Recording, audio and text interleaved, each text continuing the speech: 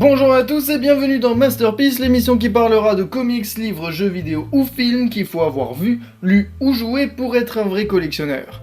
Aujourd'hui, on va parler d'un des comics les plus influents dans l'univers de Batman et qui fait découvrir un nouvel ennemi du Chevalier Noir, Silence. C'est un peu un nom bidon, hein. Ah, je suis plutôt d'accord. Du coup, on va l'appeler Hush. C'est silence en anglais. Ce comics-là a été fait par Jeph Loeb et Jim Lee.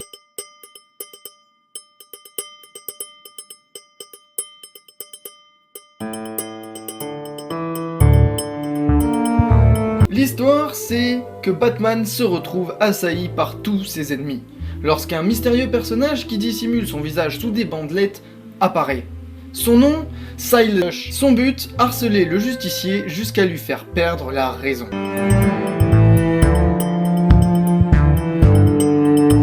La couverture ne donne aucune information, ce qui est plutôt bien vu que le comics se concentre sur une enquête, à part...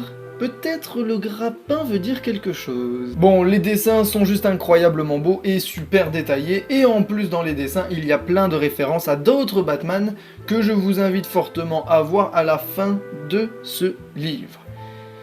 Alors les dessins sont super beaux, mais en même temps c'est pas vraiment objectif, je vous l'avouerai, parce que voilà, Jim Lee, pour moi, est un des très bons dessinateurs de DC, donc forcément c'est que de la qualité. Ceci dit, au début du livre, il y a une interview des complices, Jim Lee et Jeph Loeb, hein. Et je dis complices parce que l'interview est juste super drôle et on entrevoit une complicité incroyable entre les deux. Du coup, on comprend mieux pourquoi c'est un livre aussi bien abouti. Mais un grand mais, ne lisez pas l'interview avant de lire le livre, car dedans il y a des spoils et vraiment ça serait dommage, et je vous dis bien dommage, de vous spoiler la gueule pour ça.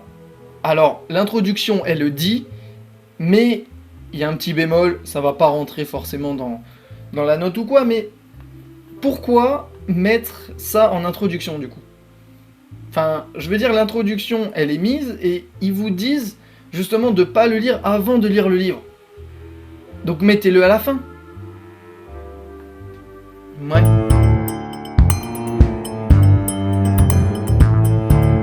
Le livre est fou. Le livre est dingue. L'histoire est cohérente du début jusqu'à la fin.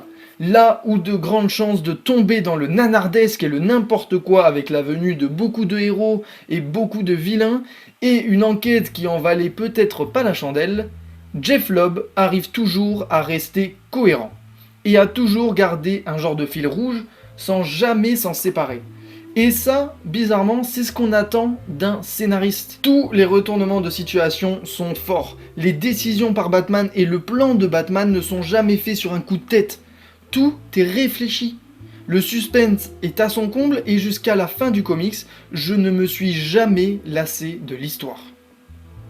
Sincèrement, le livre, je sais plus combien il fait de pages, il doit faire 300 pages, ou 200 et quelques, et jamais de la vie je me suis dit « Oh putain, c'est chiant, c'est trop long ».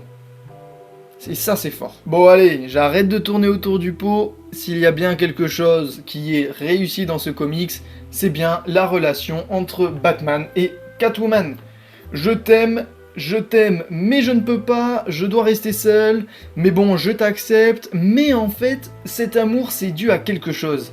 Bref, un je t'aime moi non plus version Batman qui est totalement à son comble et qui est super bien exploité dans l'histoire.